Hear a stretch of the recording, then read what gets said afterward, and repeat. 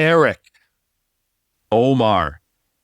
Now, folks are confused in terms of how one should spell your name. Of course, we're talking about the original E. Helms, but I understand there is an alternative way of spelling it that begins with an A. Yeah, you used to pronounce it that way. Yeah. A-E-R-I-C? Yeah, with potentially two E's, sometimes the way you'd pronounce it. Yeah. Eric. Exactly. Yeah. Koth Eric was the original Omar pronunciation of my name and title. Yeah. And now it's become, and then you started to be like, I'm going to give him more respect, and it was Mr. Dr. Eric. That was Ben House, and I forget why I started doing that. And then I'm like, let's just do it. I think because someone referred to it as like Mr. House, or, it could be related to me playing, a matter of fact, now that I think about it, around that time. Have you ever played the game, or is this is post-Eric Exodus from games, now you're back in the thing, but Fallout New Vegas, one of the most prominent characters, Mr. House. No, I have not played that game. For over 200 years. My return to gaming was Street Fighter II Super Turbo, which came out in like 92. So was it a return to gaming if you actually start playing games that were older than the last game you played, which was Baldur's Gate 2, which I think came out in like 2001 or something like that. So you're pretty embarrassed for yourself, okay? Because we know what can happen if left unchecked, and we're here to have Eric on Iron Culture doing the damn thing. Eric, I'm going to read a review. There have been a few from the last several weeks. I do want to pay respect to the individuals. They leave these reviews. They take the time. They're full of so many subtle references to things that we may have said, such as Mr. Dr. Ben House, which is funny. Now that I think about it, I probably do think it's Fallout New Vegas related. He lived for over 200 years. Now, you probably wouldn't agree with his authoritarian methods, but also there's the NCR, the New California Republic, which basically represents like a new form of American government. It is like a proxy. The two-headed bear.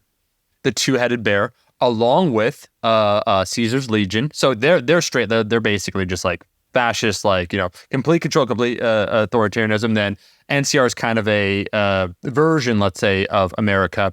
And then Mr. House controls the Vegas Strip with his highly intelligent, highly autonomous robots that just, patrol kind of the Mojave Desert. But anyways, you have to make some interesting moral choices. Mr. Dr. Ben House, we're back here. I'm just trying to give you enough information to like intrigue you, to be honest, Eric, just so you're like, maybe I'll consider it. Have you watched the Fallout television show? I'm going to go hipster mode and say no. But actually, no, I watched the first. So I will tell you this, Eric. Hold on. Wow, we're about to get him into, because I do think, so Fallout 1 and 2 are vastly superior to anything that came after it. Obsidian Entertainment that made Fallout New Vegas. We're about to go into the details. Partially comprised of the people that worked on the original Fallout 1 and 2. It is vastly superior, in my opinion, to the Bethesda game Fallout 3 and 4, and that is due to the player perspective. The writing isn't nearly as good as in New Vegas. Yes, New Vegas was buggy as hell, but choice and consequence, which I personally feel is very important as it relates to an RPG and the overall environment and atmosphere, like what constitutes a Fallout, they nail in New Vegas. And I'll just say, Eric, if you enjoyed Fallout the show, didn't even know where we were going on the segue, going back to this review, you would enjoy, I think, the games, the plot, the choices that one must make. People will talk all too often about like kind of like great choices, or, making choices with unintended consequences, not that simple black or white paradigm. I could save these villagers or I can murder them for experience points. I think you would enjoy it. I think I would too. It's, as we've talked about, the problem with my undiagnosed ADHD with an intense hyper-focus component is that I do one thing, and it may potentially have the threat of having that be to the exclusion of all other things. And I've shared the story once before of the day I gave up video games, and it was when I was training in California, at California Family Fitness, small gym chain in the Northern California area, great equipment, great people, and it was literally a 2-minute walk from my house, and I needed to be there in 5 minutes, and I was at a point in Baldur's Gate 2 where I was playing. It's Baldur's Gate 2 or Baldur's, I don't know. It's the one on a computer from a long time ago, not the new Baldur's Gate 2. Yes. And I was at a point where I was really interested. I wanted to keep playing, and for a brief second, I considered skipping my workout And the response inside of me was like an alarm bell going off, and I immediately quit the game, and I never played a RPG serious video game again from that point in 2006. I got in my car, I went to the gym, and I flagellated myself for an hour and a half with my workout partner. Shout out Todd Beasley from back in the day. So, I can't let one obsession overtake another because there's only one. My obsessions are like the Highlander. I can't have two. So I can have versions of the same thing. I can study the history of lifting. I can study the science of lifting. I can think about, different types of lifting. But if it's something besides lifting, I have to be very circumspect, which is why I chose Street Fighter 2 to get back into, which, by the way, I haven't played in months and months and months. I don't have the time. But there was a time period where I was, because the longest you can play Street Fighter 2 is for maybe if you get a double KO and then you get like a timeout and no one has won. So like you can have like maybe 4 rounds and each one of them lasts 90 seconds, but it's also clocked faster. So they're basically like 70-second rounds. So we're talking 3-minute match, and then you have a sense of ending and you can step away. But I can't do that with some of these more complex story-based games. It risks my psyche. Eric, we'll do our obligatory 10 minutes of banter. But I'm not trying to get you addicted to this, but what is... You're therapizing me. What is like a political ideology that it starts with like an L? Just help me remember, Eric, that not that you ascribe to, but some components of it you've thought about. Like, what is it? What is it? I would say that some of the social components of libertarianism I have related to, but I would not describe myself as a libertarian. Okay, totally fair enough. Yes. But you would say that you would be against like tyranny, just in general, like the accumulation of power by people that might have nefarious intentions. Would be like probably like you would agree with that. Like if there's like nuclear weapons in this post-apocalyptic landscape that could potentially end the world again, you'd be like opposed to that type of thing. Well, I kind of think that we actually need one world police. Yeah. Where so they have the moral authority to back it up with the potential destruction of the... No, I totally agree.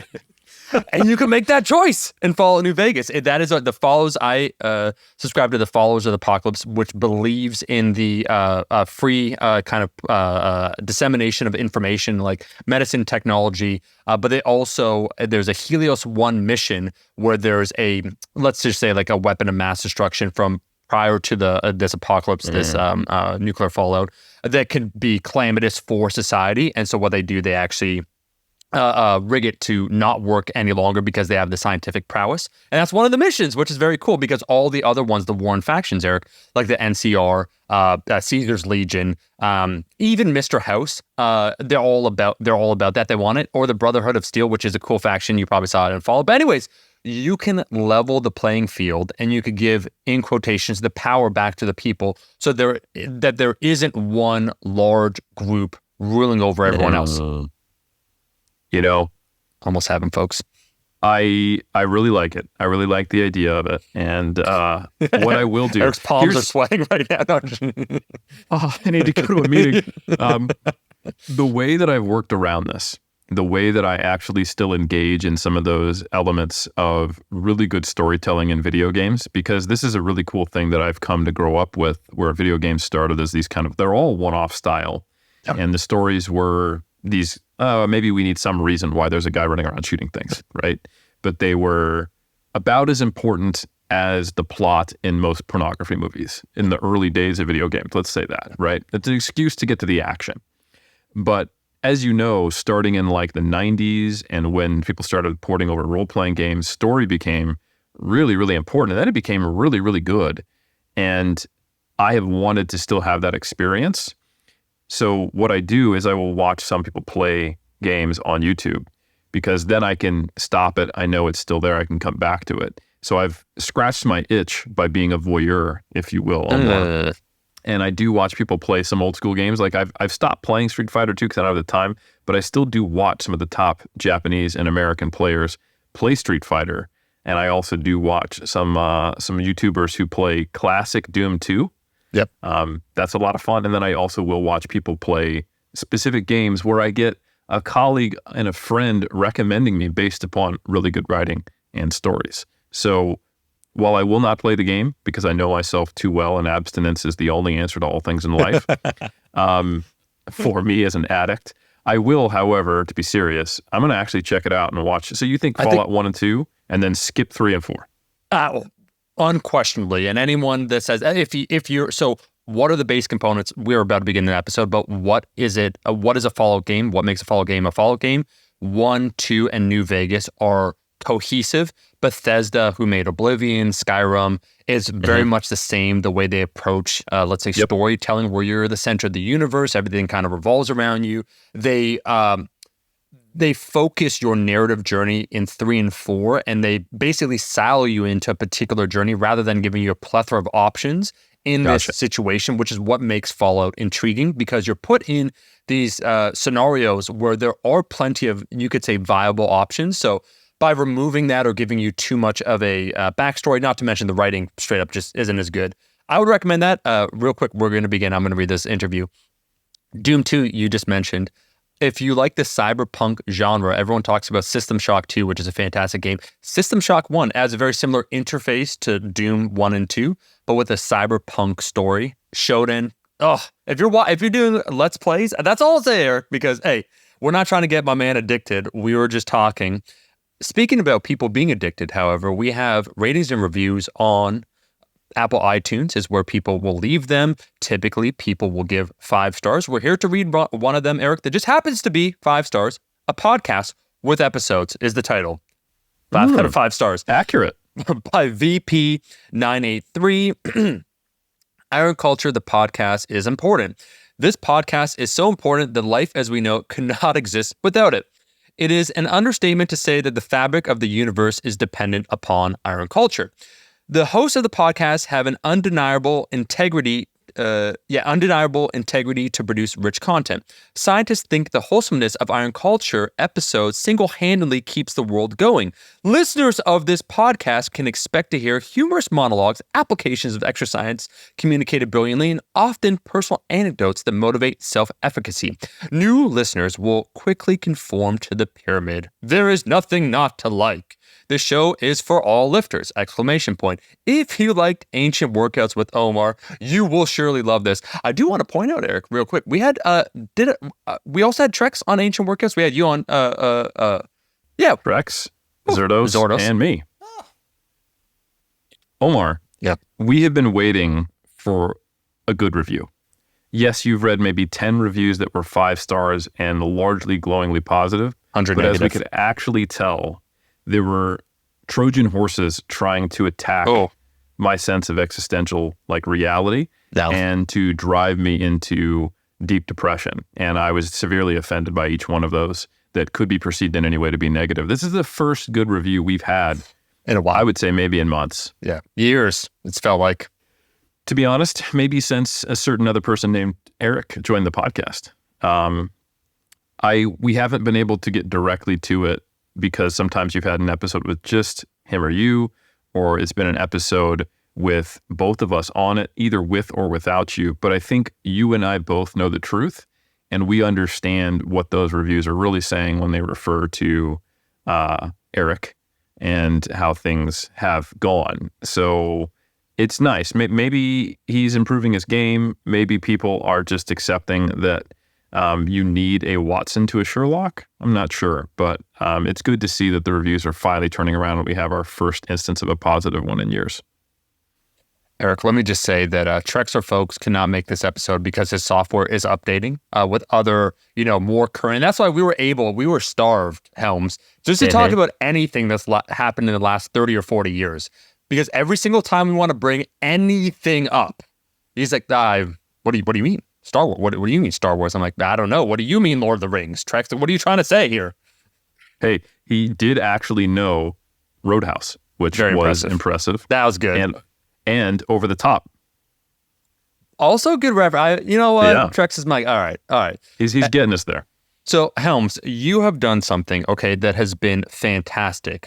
You're keeping up with the times because this episode is going to be all about coaching qualities that you feel are important for someone to have or develop over time. Now, this is what we mean about porting over some of your content from other places.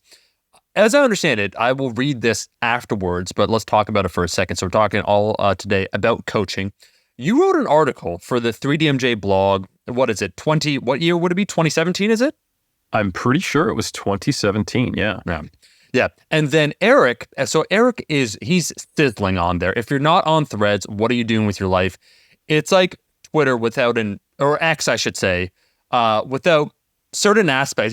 Yeah. Oh, sorry. Yeah. Let me be clear. It's now called X, folks. Let's get it right. But anyways, Eric is on Threads, and he is genuinely, because I'll check it, I'll see it.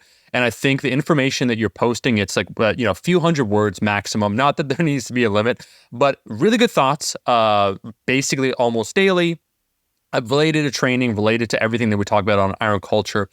And I saw something, and we were just discussing myself and Helms. I said, yeah, we should do an episode on this. And you're like, yeah, for sure, man.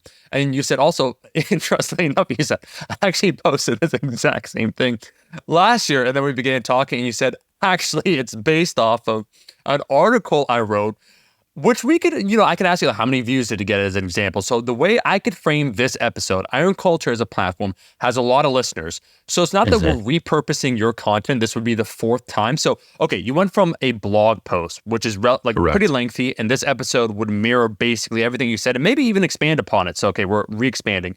Then you went to Threads, where you're like, okay, let me condense it down because everyone's busy. And now you're like, you know what, Omar? Fuck it. We're going to expand it again. I have more to say on it. This is how you do it, man. I'm proud of you. I wasn't even aware of the blog post. No, I mean, I have basically just been restating the muscle and strength pyramids in multiple different ways, reposting the same Threads post. We've done essentially the same intro bit to Iron Culture with different, keywords thrown in since 2018 when we started.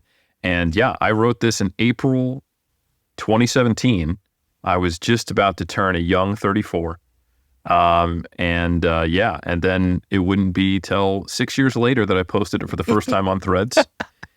And then it would be another quick short 5 or 6 months after that I reposted it because it got a lot of likes and I'm a slave to the algorithm. And then now today we're so out of content that we are trying to 4 times over repurpose content. But no, in all seriousness, I originally made the post about what I think the qualities of a good coach are in an era where I was working very hard to get people to put, as we have done for a long time, science and evidence-based practice in the right position. And rather than it kind of just being this black or white versus of experience versus science, and thinking that everything is all about knowing what's right objectively through empirical data, and understanding that that's a very, I don't even think it's the right framing. It's not even the right order. It's not that. It's that people aren't understanding what the purpose of scientific based practice is. And so I don't think we need to beat that horse anymore, but it was almost, I would say, subversive to my own brand, quote unquote, if you will, that I put knowledge, which includes staying up to date with research, as the 5th point. And I specifically noted it was, in order from, 1, 2, 3, 4, 5. And I think I expected that to be something that surprised people, and it was, but I think the arguments I made and the way I positioned it and what components, the difference between, say, critical thinking and knowledge seemed to be helpful to people. So the real reason that I've reposted this multiple times is because it makes people think a little more deeply about thinking, to be honest, instead of kind of just collecting knowledge and facts and debunking things, actually using the data we have in a way, in the way that's actually intended and most helpful. No, Eric. So we've had some filler episodes. We're not going to detail which ones are, but this one I read it. One from being a coach, being a co-host with you for the last, 5, almost 6 years. I know you can expand upon each of these points. So what I'll do, I'll read the 5. Okay, we'll read the post. So we'll repurpose the threads. But there's a lot to expand upon. But what I like, Eric, exactly what you said, I think falsely people outside of your space would take a look at Eric Helms, Dr. Eric Helms, Mr. Dr. Eric Helms, and they would put you, because of course you need to be in a camp. You're in a science camp, right? Where above all else, anything before you devise a training program, give any advice. It's like, what does the capital T science, capital S say?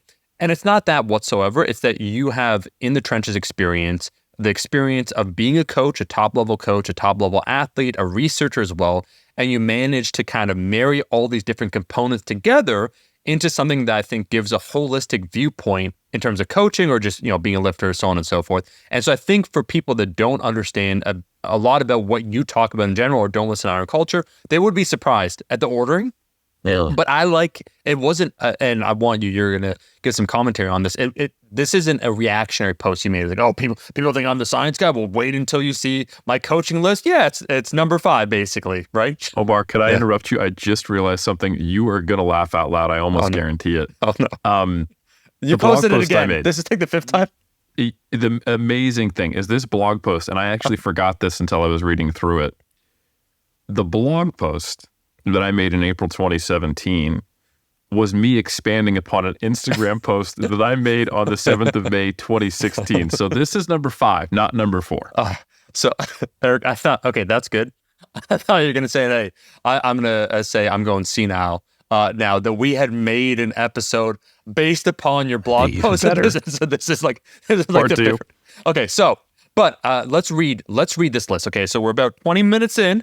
We'll first read the list, and then Eric, if you could maybe go point by point, like the way that you conceptualize coaching. Yes. Maybe talk a bit. I think first about your journey as a coach, like how you, because I would assume, and just answer this very briefly, and then we'll read the 5 points. Would the order or would the list of what is inside your top 5 have been different 5 years, 10 years, or maybe 15 years ago? I think it would have been. Yes. Yes, it would have been different. And 2, it would have been far less nuanced. And I wouldn't have been able to explain the differences and the facets between the points as well. Fantastic. Yeah. So let's read the 5 points, and then Eric, we'll go down. I want to hear just about you as a coach, talk about that for a bit, then we'll talk about the list, like number 1 and so on and so forth. But anyways, without further ado, definitely read for only the first time on Iron Culture. My views, this is Helms 3DMJ on Threads, FYI. My views often change. My top 5 good coach qualities in order likely won't. So number 1, true passion to help others must precede your ego. That's number 1. 2, emotional intelligence can perceive, empathize, and handle others' emotions and yours and communicate well. That's number 2, emotional intelligence. Number 3 is critical thinking. Experiential and scientific knowledge are useless if you can't critically evaluate and apply them. So critical thinking, number 3. 4, experience. Can't fast track it. Dive in. Pay attention. Get a mentor. 4 is experience. And 5 is scientific knowledge. Learn physiology and principles. Stay up to date. So once again, the ordering, as Eric said in this post, is 1, true passion to help others, 2, emotional intelligence, 3, critical thinking, 4, experience, and then 5, scientific knowledge. Even some of the people listening, not that they're like, I disagree, Eric. The placing is very interesting. Eric, walk us through, because you've been a coach now for a long period of time. As I understand it, correct me if I'm wrong, you still do some coaching, right? Like, it's not like you've left the game entirely. Of course, you're busy with other projects, but you've basically been a consistent coach in some capacity for over 15 years now, easily, right? Yeah, I first got my personal trainer certification and then got a job at the Y as a personal trainer in 2005. And I did, as many trainers do, like, I'm going to work with some friends for free type of deal before that. And then maybe a little bit of like paid work on the side. So I first started officially coaching in 2005.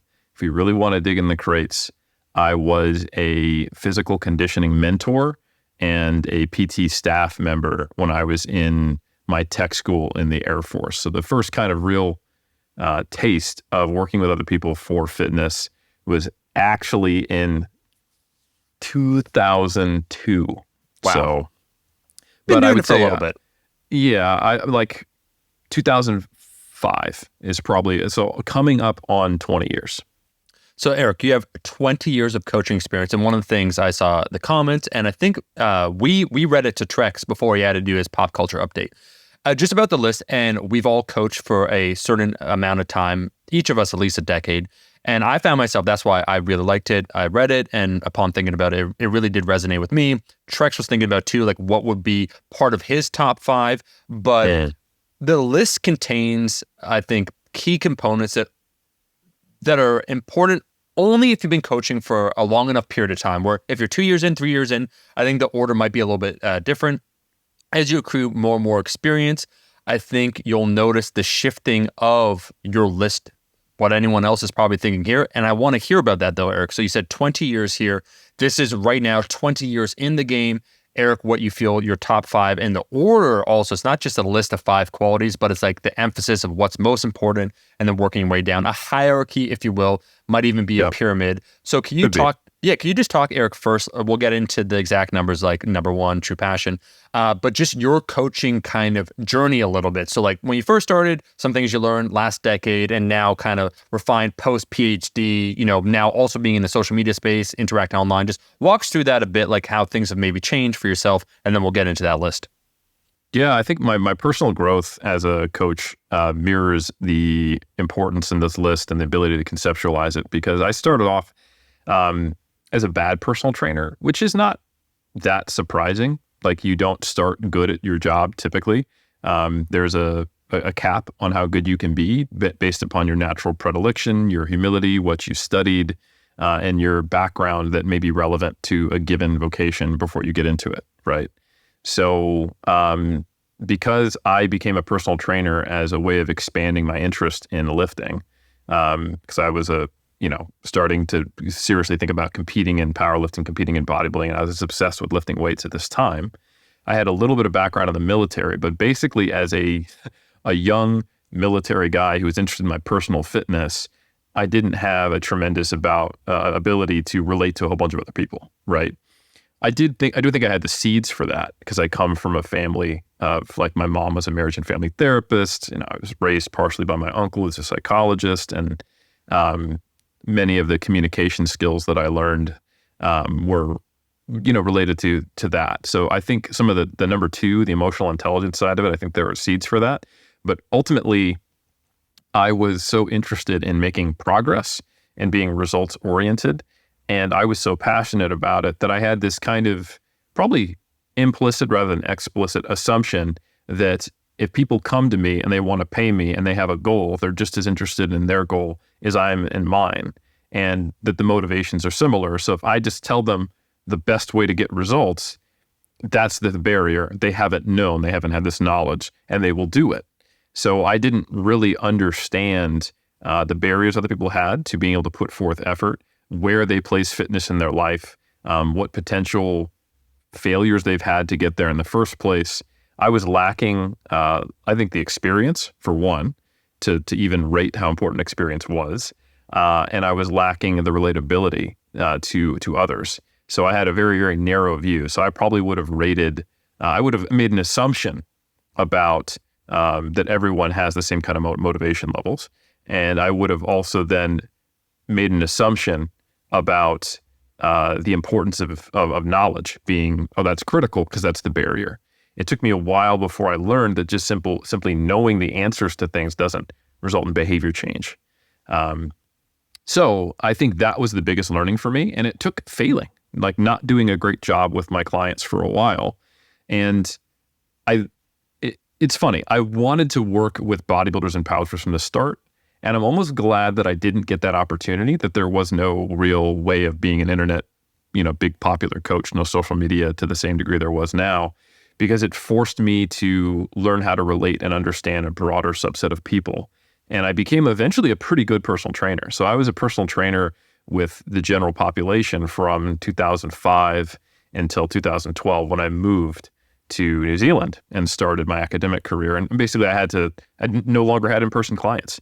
And I was moving away from being a personal trainer right around 2010 when 3DMJ was starting to take off. And my client load was getting smaller and smaller in person, while my bodybuilding coaching and powerlifting coaching was getting larger and larger online. And then also in 2011, I became an instructor at Bryant University, which is an associate's degree program for personal trainers. So at that point, I was 5, 6, 7 years into my personal training career. I had become a pretty good personal trainer. I had a very good track record. I had a good experience working in studios and commercial gyms, and I had success and a long-term clients who enjoyed working with me.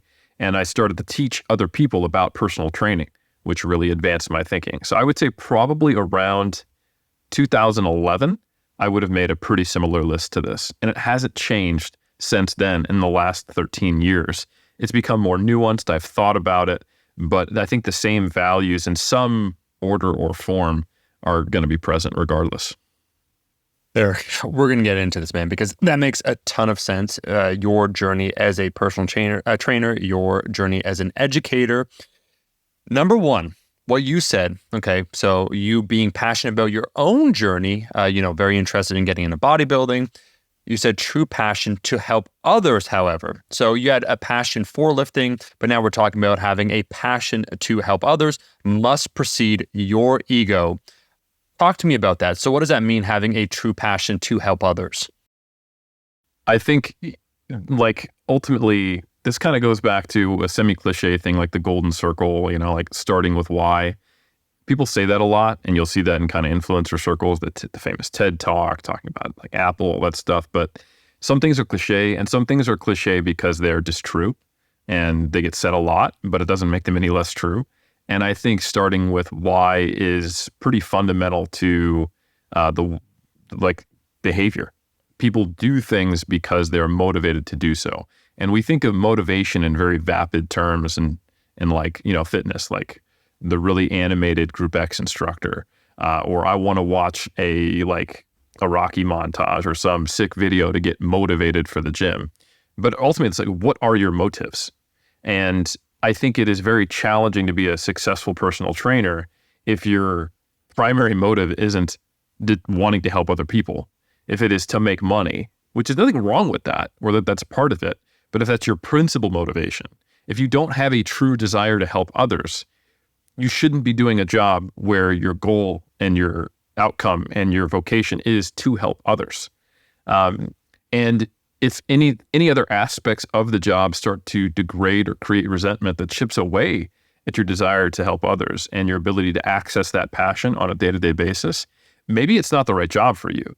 And I think it's easy to almost feel like, oh, that's an attack on my values, like I don't care about other people. But the reason why I didn't stay as a personal trainer wasn't just because I wanted to work with bodybuilders. That was a large component of it. But I didn't have the personality where I could put in the full-time hours necessary to be a personal trainer without starting to burn out and feel a little resentment and have it more difficult to access my desire to help others in the format that was needed when we're doing 45-minute sessions, 15-minute cool down, get together. You're taking a chunk of my pay. I don't have healthcare. It's a grind to be a full-time personal trainer. And I remember grinding at a time right before the financial collapse and right afterwards, which happened in 2008, 2009. This is when the meat of my personal training career, when we were relatively poor, and just being extremely stressed out in that time period and realizing, man, even if I was able to build up my client list and have a full 40 hours per week of mostly training people and the rest of the time being on the gym floor, or doing sales copy and start an email list is what was going on at that time, I could just tell that I was going to get compassion fatigue, which is an actual documented real thing in people who work with animals or people, is that you only have so much to give before you just start to develop apathy. And that can turn into resentment. And then you actually will show up at your job to help someone and you're like, I don't like you. It doesn't matter who you are. You walk through the door. Why are you imposing on me? So I think the self-care component, how extroverted, and I mean truly extroverted, you need to be in that position, and where you get your, it's cliche to say this it's not actually the way extroversion works on personality scales, where you get your quote unquote energy. I'm not the type of person who can work long-term as a full-time trainer. And I was at best clocking at my peak. I was doing 20 sessions per week, and that's a lot. And it was a bad thing for me. But I think not everyone needs to be a full-time trainer, and not everyone needs to be a personal trainer in person in the modern era. Coaching is very different for different sports. For life coaching or different things that you focus on. There's many ways to do it. And I'm still a coach, but I had to find a way to keep cultivating that passion. So I had a deep connection to the bodybuilding community, and it was a really good move for me to help competitive lifters and non-competitive lifters through 3DMJ, because then I could keep accessing that passion. So I think if the primary goal is to help people, and the reason why I brought up ego, it enables you to deal with the challenges of when someone is not making progress, or when you start to realize that maybe I'm not doing a great job here. Because it's a difficult thing if your ego is looming large, if you have insecurity and you're protecting it with an ego, to improve. And if ultimately it's about other people, if it's not about you, which is critical in any service position, that enables you to get better. But if your ego looms so large that you're unable to admit when you're the one at fault, or at least you have agency to improve your own skill set and your own capacity, but you can't force other people to change, which is the hardest thing to realize as a trainer, then you can move forward. And the reason why I put that ego thing in is that anyone who's been a personal trainer long enough, the number of times you have conversations with other trainers where they're complaining about their clients and how much I tell them to do this and they don't do it. And if they just did this, they'd be able to do it. And they're so lazy, and they get into almost this kind of nagging parent-teenager relationship with their clients, which I get it. And I know why it happens. And it sometimes feels almost unavoidable. And yeah, if you care, you're going to get frustrated with someone when they don't follow what you tell them to do. And you spend time and effort writing these programs, and these people are wasting my time. Like, I can understand why people get into that mentality. It's the same mentality that you sometimes see in like burned out public school teachers, right? Like, they're banging their head against the wall, and these kids just don't want to learn, right? And when you actually think about it, it's like, this is an 8-year-old. Like, who has the ability to really have agency and change in their lives?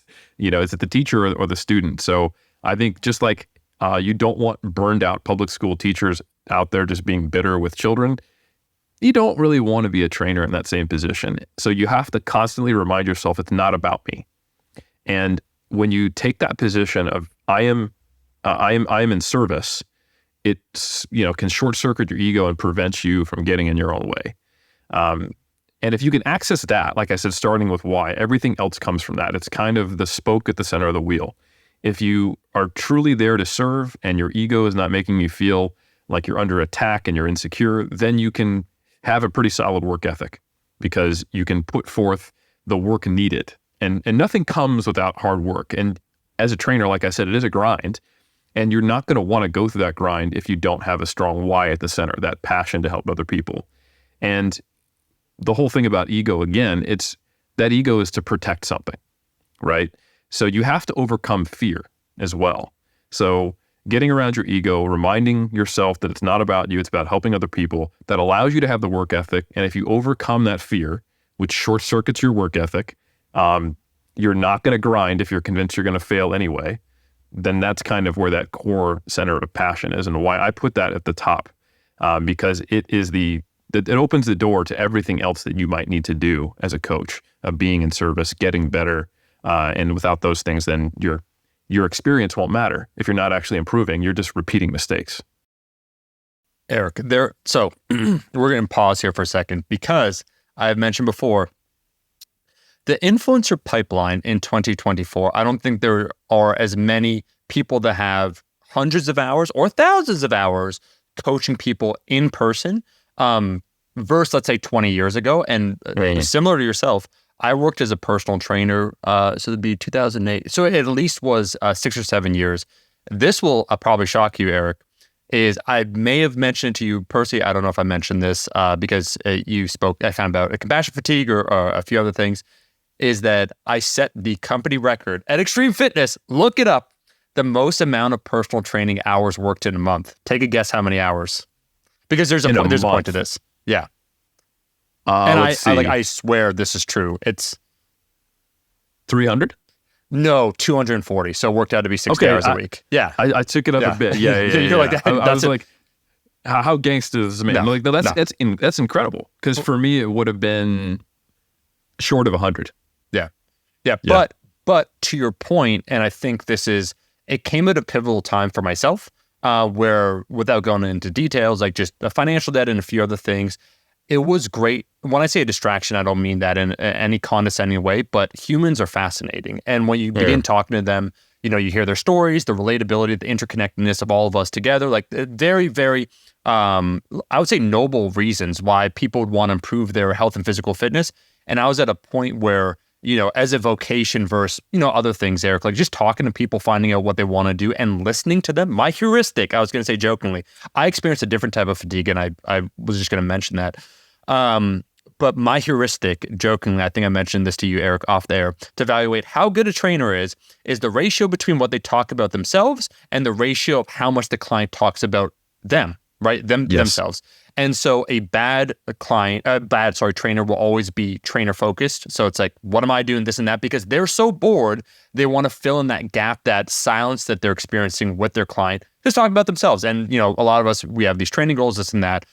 For myself, it happened at the right time where, like I said, there's a lot of things going on. So it was a great mechanism for myself to hear about someone else and just think and actually think about their problems. Because now I'm not thinking about my own shit, right? Now, one of the things, Eric, that I ended up doing that it's not on this list, but I think is like a negative too as a trainer, is like forcing goals upon clients. And what I mean when I say that is like, someone will come to you, and this is a side comment, but I do think it's important when talking about coaching. And I think you do a good job with this, like intuitively, especially like as I've known you. But like a client will come to you, they'll say, I want to lose 10 pounds. Cool. Well, now we kind of have an objective goal. Or like, let's say, man, I want to add 50 pounds on my squat. Whatever the case might be, now you're kind of developing a timeline on how to achieve that. You're holding to that, and you're thinking, okay, this is what their goal is. I want to get them there. Because being a trainer, once you have them get there, they're elated, they're happy. Maybe it might expand things. It might reveal other aspects of themselves, whatever the case might be. But the more I started training people, I would sort of not force them, like, oh, okay, so we're going to do this. Like you came to me, like, let's just say you want to lift 100 more pounds on your squat. But who you are when you begin the journey, you said this a few episodes back, and who you are when you arrive at the destination are two entirely different people. And sometimes people have reasons for pursuing a goal or even signing up for personal training that they don't even understand. And oftentimes, and this is where like my kind of crisis inside my personal training space, Eric, was that it was a place where I would say the overall income level of the people going to the gym was as such that the people above would push a certain amount of sessions that they had no business signing up for these people.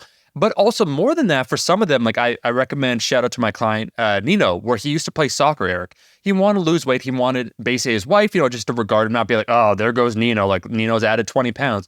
And like lifting was a component of that. But then he ended up, this is me like being more improved, not like in the first a little while, we're like, oh, you want to lose 20? No worries. So we're going to talk about calories. We're going to talk about this, like whatever. Like we're holding you to this goal. My role as a trainer is to make sure you arrive at exactly what you said, rather than giving you the tools or then you the ability to make the choice for yourself. Like, oh, wait, I do want to lose this, but it's about being active, feeling more vital. Yes. He started playing soccer as an example. He lost weight faster just playing soccer. And his goal, like it wasn't like, Eric, it wasn't like, I want to look jacked. I wanted this. I wanted that. And that is a potential pitfall where you can take on such a role where it's like, I am going to provide you not with all the answers, but you want to arrive at the destination. I'm your custodian, right? Rather than like, we're on this journey together. You're going to learn things about yourself. Everything is going to change over time. It's going to be this feedback. And do you even need a trainer at some theoretical point? Or do you even need to be in the gym? Not like going for like some of these people that like come, right? They're in their 40s, their 50s, their 60s. They're looking at improving their health markers. It's a great idea to be lifting. But Eric, do they need to be in there 3 times per week, locked in as an example with the personal trainer? Anyways, just a side note that the personal training complex, man, it's interesting.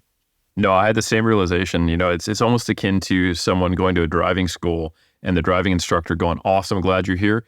I'm going to hop in and show you how to drive. And you just hop in the passenger seat and we're going to get this done. Like, that's not how you learn how to drive, right?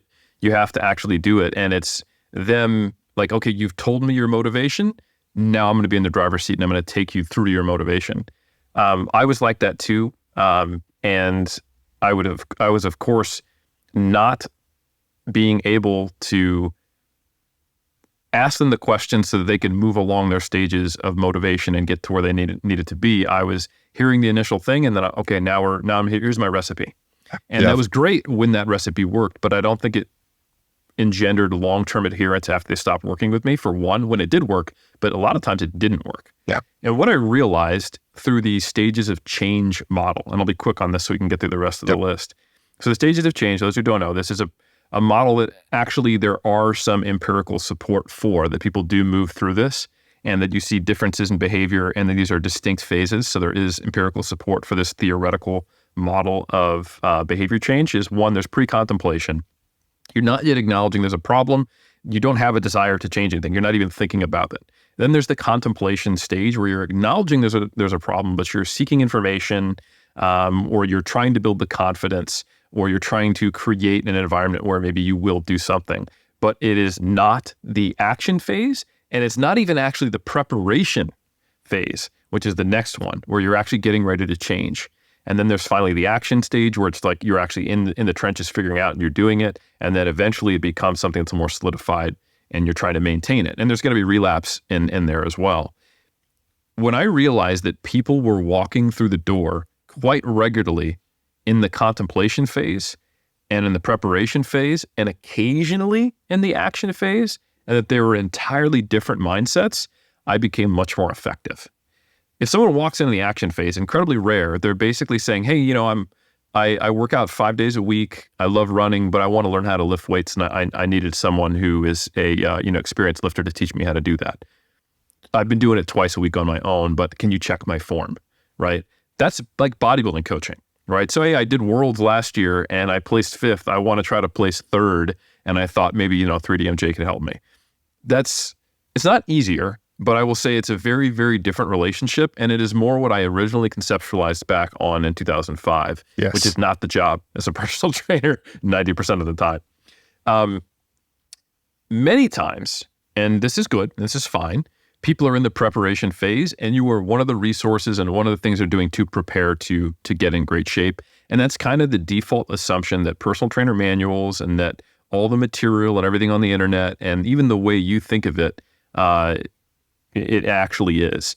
I think most people realize that many people are going to come to them not in the action phase. But the way the typical personal trainer conceptualizes this, so I have a novice client or I have an intermediate client with a new goal. And it's not that. It's not just their level of fitness. That's actually not important. I mean, yeah, it is important, like what level of intensity, overload, et cetera.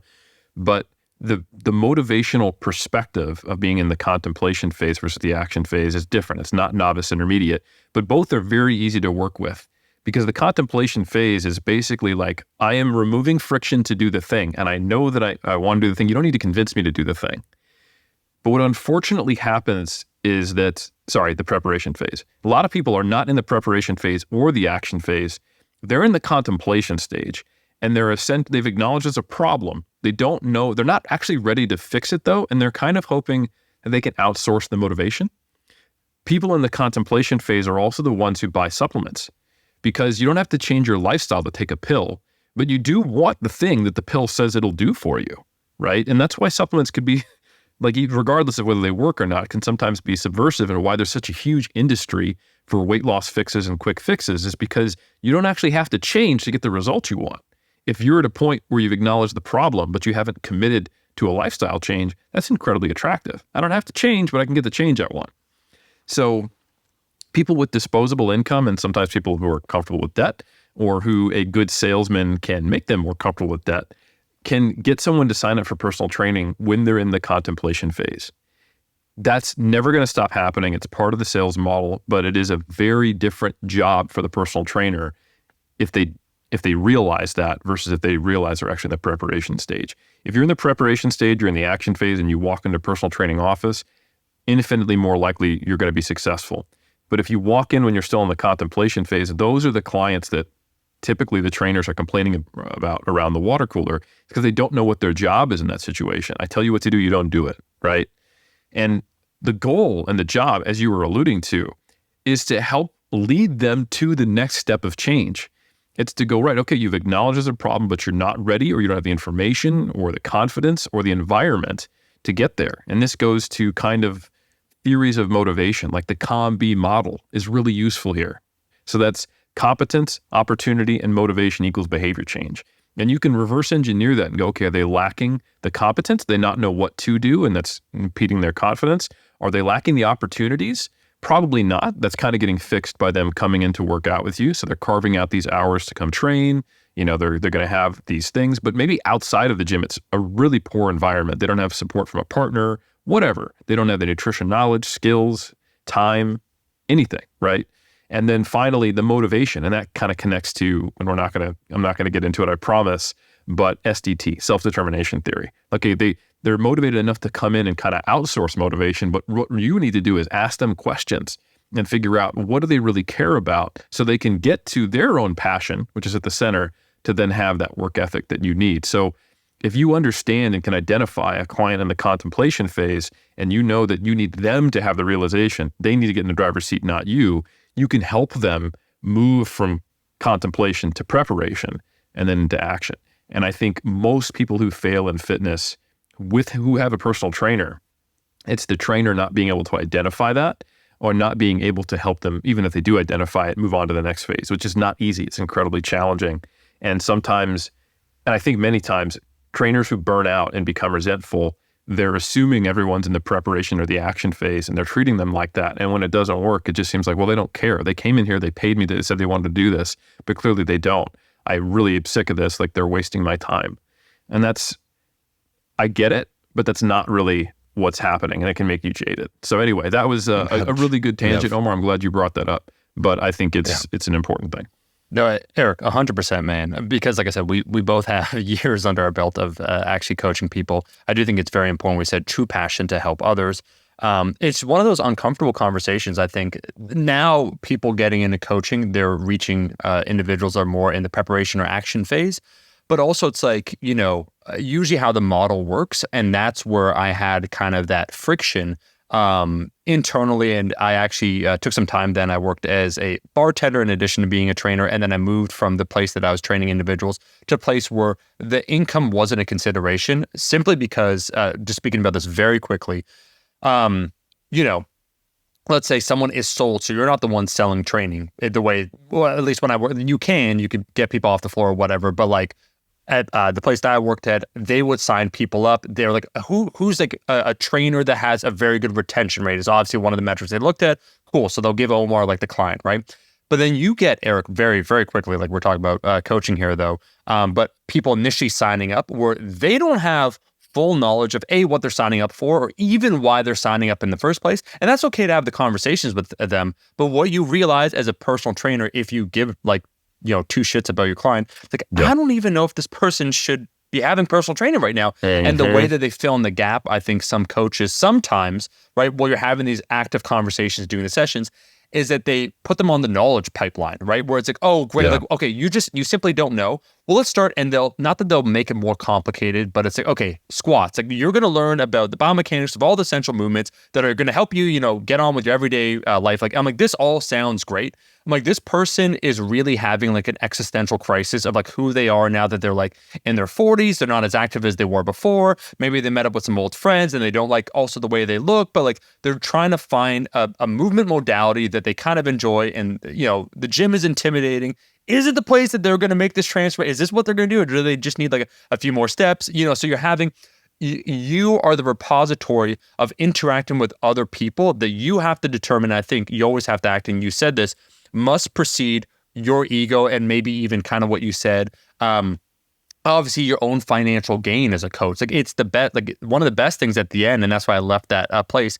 Not that I tell people, you don't need training, but I'm like, I don't know if this right now is for you and what you want to do and like what your goal is. And that is perfectly okay. I think low key, you were just sold training, Eric, and like now you got it. And this is a journey, but like if you want to have these long lasting changes. So I think initially you're so fired up to be a trainer and to help people that when they come at you with seemingly this problem and you're like, well, we can roadmap this out. You're kind of filling in some of those gaps that they haven't determined for themselves yet. And that's why I see like, obviously, number one, you said true passion to help others. But then number two, you said emotional intelligence, right? Yes. Emotional intelligence can perceive, empathize, and handle others' emotions and yours and communicate well. So that's a perfect segue from 1 to 2. What are we talking about? Yeah, this is everything we just described. Like if passion is the willingness, the desire, and the motivating factor that has you help others, emotional intelligence is the key critical skill to being able to do that. So if you were really poor at identifying the things that we just talked about, where are they at in the stages of change, and then if you do identify it and you can't communicate to them effectively, or you can't empathize with where they're at, and you're like, well, you should be in the action phase or you're a bad person type of deal. Or if you aren't comfortable being honest with them, but still in a compassionate way. Or if you're just a poor communicator and you can't express yourself well, then it's like, yeah, I got the desire to help, but you're like, yeah, I'm a really excited dog and you need not just me to hand you the wrench with my teeth, but you need me to actually turn the wrench. I don't have thumbs, so it's like you can't do anything.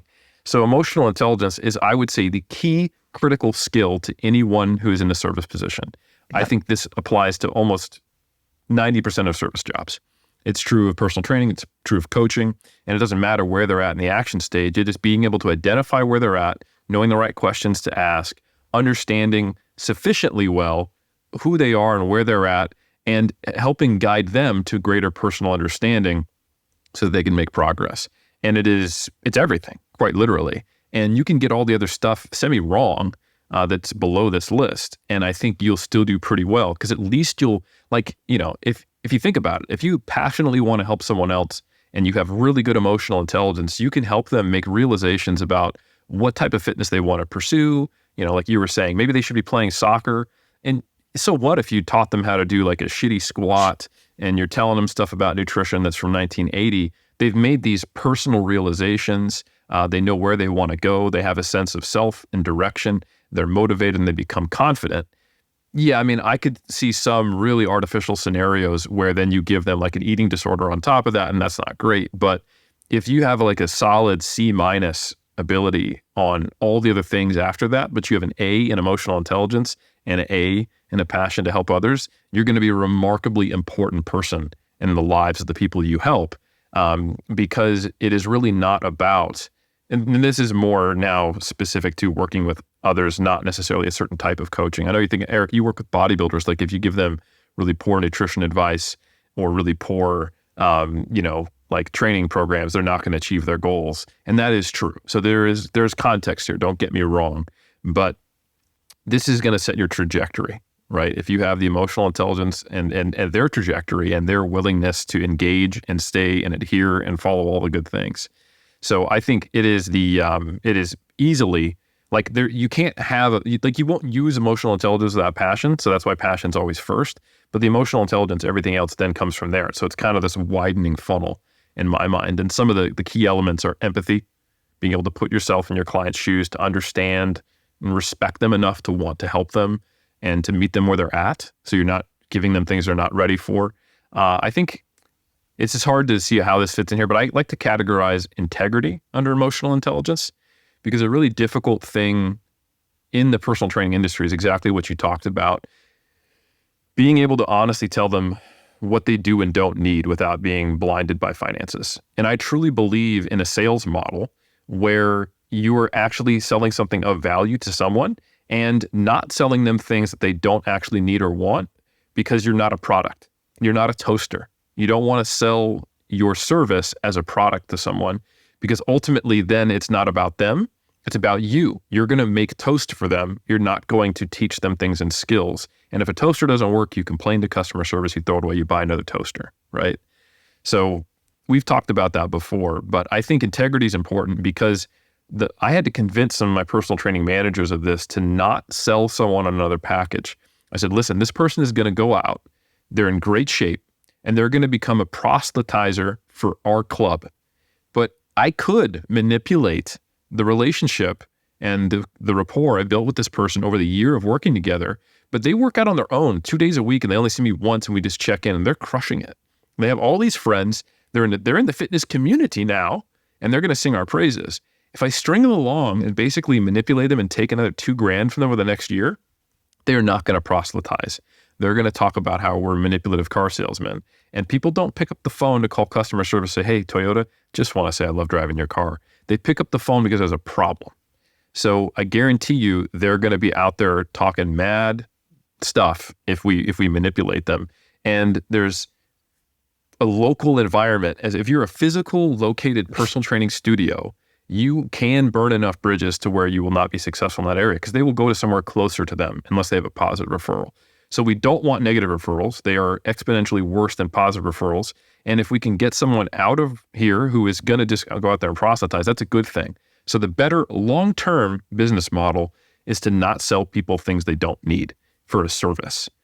And that was always my position, to kind of piggyback with that. But you can't really get to that without emotional intelligence, and you need integrity and to not be blinded by the immediate financial gain. And I get it, like I said, I was poor. It's nice if someone signs up and I get a commission on a big ass package, right? But you have to think long term, and you don't want to subvert the relationship, because eventually that'll only go poorly. So having that empathy, integrity, and communication, I see as the key components of emotional intelligence. Eric, 100%, man. This is what I mean. Like we come from the same model. It's easy early on, and that's what I was alluding to for myself when you first start, because you're so fired up. People, on average, are getting great results.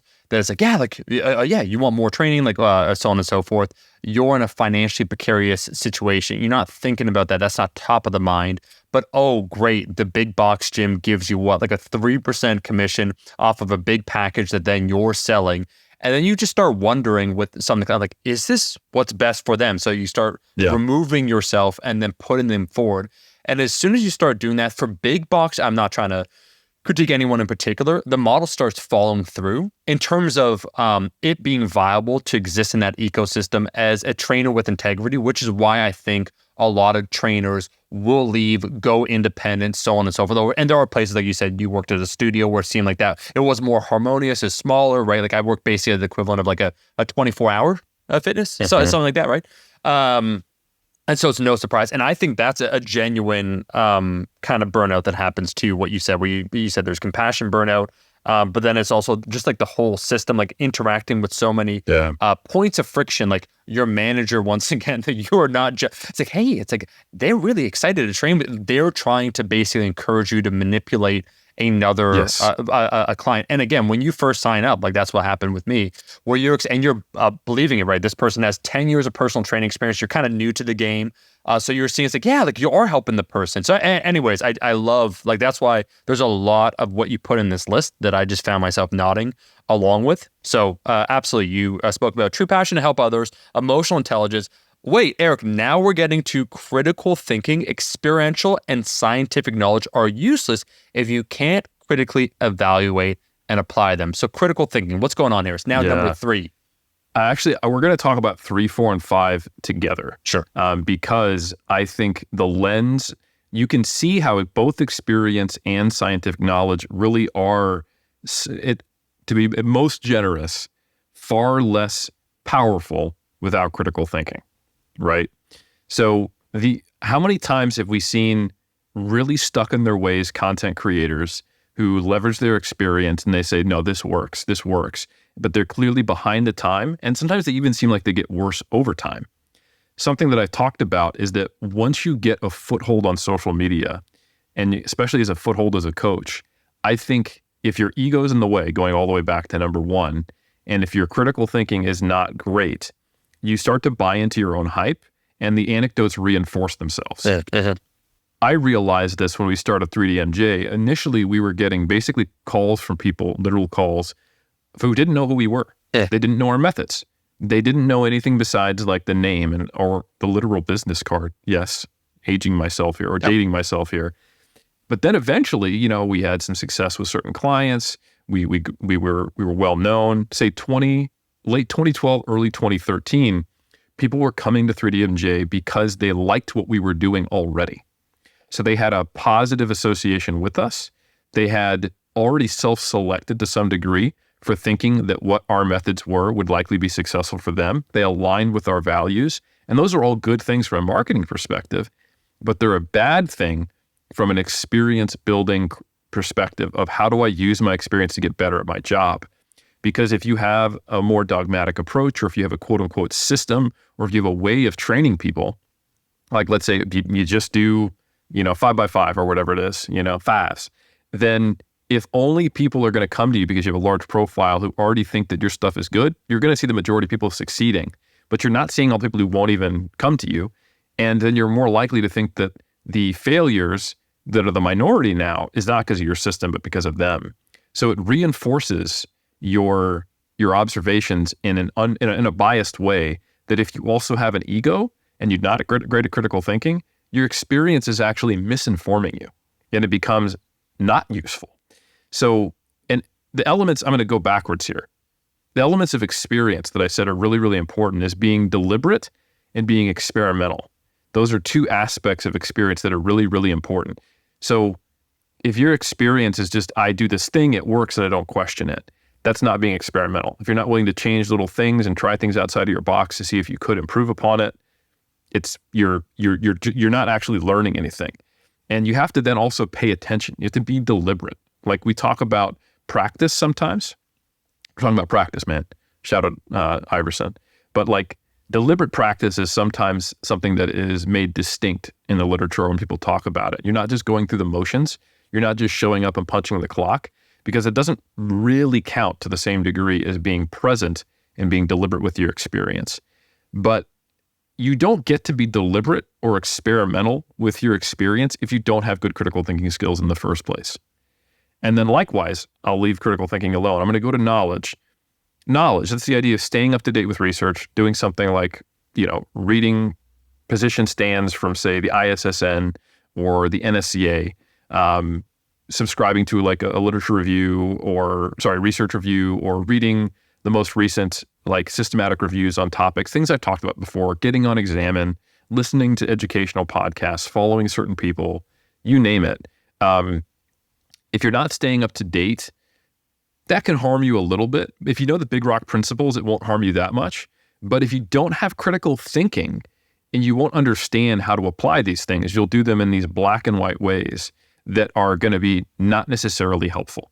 Like, volume is the thing to focus on to the exclusion of other things. Proximity to failure is the thing to focus on to the exclusion of other things. Long muscle length is the only thing that matters. And then you apply it in a way like Kasim talked about when he was on, that's not necessarily effective or potentially counterproductive. You don't have a deeper understanding of anatomy. So what it really means to have good knowledge is to understand not only that you have to stay up to date, but the knowledge needs to be seen conceptually, because the studies don't tell you what to do on Tuesday, like I've said many times. What is the concept behind the information rather than creating rules? Understanding like the hierarchy of evidence, and then understanding like how to integrate that into practice. How do I look at data and understand the difference between mechanistic or applied or translational research? And all of that is critical thinking skills. So critical thinking is the way to access the gold in the gold mines of experience and knowledge. I don't think we need to go deeply into what experience and knowledge are. I think it is really about the critical thinking skills so you know how to use these things. And I've said this on Threads as well. Like anytime guys, if you follow me out there, you would know this already. I'm telling you, this is the gold mine of my random thoughts on every day. But people who position experience versus knowledge, in the trenches knowledge versus science, or the bros versus the scientist, to me, that's an immediate red flag, because I think it displays a lack of critical thinking, or at the very least, a lack of understanding what the role of experience and the role of scientific knowledge is. Understanding these broad principles that we get from, group-based data and kind of where to start, and then the detailed work of experience, or that we take the scientific observational process that is used to empirically evaluate things and then try to port it over into the way we work with people. That it's a baton race. It's a relay race. One is handing the baton to the other, it comes back around, which I've talked about endlessly. Like if someone doesn't understand that experience and knowledge are two sides of the same coin, then they don't even have a coin, right? And that's critical thinking. So I think that's a big issue. So critical thinking, I think that can be exemplified by certain traits. You want to see someone who is logical. They can spot fallacies. You understand how to identify the language of dogma and hyperbole, like you're seeing absolute statements. You can identify gurus. You know that confidence on a given topic should be reserved to an expert, and that it should go hand in hand with being able to make nuanced statements. Like we've talked about many times, not getting roped into like, this person has all the answers. Oh, wait, that's actually a red flag, not a good thing, right? So people who never admit a lack of knowledge, or never admit errors, can never admit when they're wrong, or seem to know something about everything, you can spot that. You're seeing those things. I think another really big part of critical thinking is having patience, understanding that problem solving takes thought, and that developing critical thinking is a continuous practice and something you have to hone, because we're not necessarily like knee-jerk response. Let me think deeply about that. We want to make snap decisions many times. And also this high-pressure job, being a coach. It's not exactly a gold mine, right? And then finally, I think we talk about teaching someone to fish rather than just feeding them fish. Resourcefulness, I think, is the mark of a critical thinker. So being able to answer questions on your own by getting better at learning is essentially what critical thinking is. Understanding how to use the tools and information around you, how to think outside the box and find creative solutions. That resourcefulness, I see that now another element of being a coach is being a supervisor for students. You can have a student who's really good if you put A next to B, next to C, next to D, they can draw those lines through them. But some students are far better at, I've got A, and I know there's such thing as a B, and then maybe a C and a D after that, and I'm going to go out and figure out how can I learn how to find them and do that. And you meet the student where they're at, and you try to teach them this skill rather than just giving them B, C, D. But I think trainers really, or coaches really need to have this skill, and it's a critical component to critical thinking is, if I don't have the answer, how do I go out and find it? And what are the things that I'm lacking to have the answer to this? And without those things, the misapplication of experience and science are rampant. So yeah, I think that kind of wraps up all of the rest of them, Omar, because once you get past passion, then you're like, okay, cool. I do want to help people. Yeah. Then it's, well, how do I help people? The basic skill is emotional intelligence. And then from there, it's like, okay, I have to have some intellectual ability to not get other things wrong, which stem from experience and science, or knowledge, as I like to put it, which I think is a better way to view it, because people tend to have some knee-jerk negative responses to science, but it's just a way of gathering knowledge ultimately. Knowledge, Tai Lopez style. I was going to say, Eric, that I really like the emphasis in this episode on the first two, only because they're probably underrated, not only within our community, but considering the current state of how people procure clients, and thus the emphasis on what they'll tend to focus on. Yes, you do need a basic level of correct information, how to convey that information. If you are unable to provide the information that someone's requesting, hey man, like I think my knees are caving in, why do you think that is? And you're like, the resourcefulness in order to learn more and educate yourself. But I think what I've personally seen, at least in not once again only our space, but just like social media, you're passionate about lifting, therefore you think you'll be a good coach. And those two are definitely not one and the same. So you're a competent musician. Well, it's time to start teaching music to other people. It's like the art of teaching or coaching is entirely different. And in ways, really, you're kind of, when we all start being either a coach or a personal trainer, not that we put ourselves forward first, but it's our own personal passion that propels us to make that choice. And then it's kind of unlearning some of those tendencies over time. So I think, yeah, well, Eric, there's point 345, a critical thinking experience, scientific knowledge. That's kind of right in the wheelhouse of Iron Culture. So talk about the first two and kind of expanding upon them. And I know you had a good deal to discuss within them. I thought it was fantastic, man. Well, thank you so much. And like I said, I think these will become more nuanced, but they haven't changed in my perspective in more than a decade from when like I said, in 2011, where I probably think that was the point at which I could have crystallized around these same points. And I not that I'm not open to them changing or having new ways of viewing them, but there's these big rocks that I think could be described in different ways and might be emphasized more in different contexts or with different clients or different stages of change. Yeah. But ultimately, I think I don't have data to back up this list or their hierarchy, but I think it's, you know what, all models are wrong, but some are useful. Omar, George Box, statistician, shout out. I think hopefully this is useful to our listeners. Well, maybe we'll say this because there are a good number of coaches, personal trainers that listen to our episodes. Go ahead. We get comments all the time. I know it's at the end of the episode. Probably would have made more sense to say at the start of the episode. People sharing their own personal list of what they feel the criteria of being a good coach. But if you made it all the way to an hour and 15 minutes in, which, we did the episode with Dr. Pack, and he said some number, and it was about minute 60 or 70. So if you do want to share your own list or give some commentary, please feel free to do so. This is a one-way street, though. We'll read it. We'll think about it. maybe we'll talk about it. But we're the coaches. Okay, hosts are kind of like coaches, but they're like Uber coaches, right? Where we have all the right answers. So it's a different kind of relationship. So just understand you're participating, but it's of us choosing for you to participate. So go ahead. We want to hear the feedback. It's just like we want to hear the feedback, Eric, of those that listen to Iron Culture. We reached the end of the episode. You could go ahead and leave a rating and review. People will typically leave 5 stars. It really says more, Eric, about them than it does our podcast, what they leave. Because as we've sort of said before, great art exists outside of an individual critique, what one person thinks about it. And Iron Culture, with its rich history, the lore, the amount of episodes, it stands apart from what you personally perceive. So maybe just go, like you said, position statements. We could kind of say the same about the reviews. Just see what other people have said and maybe adopt a similar mindset, or even more, to be more particular, Eric, listen to the reviews that we read as examples of what the culture feels is a good representation of Iron Culture.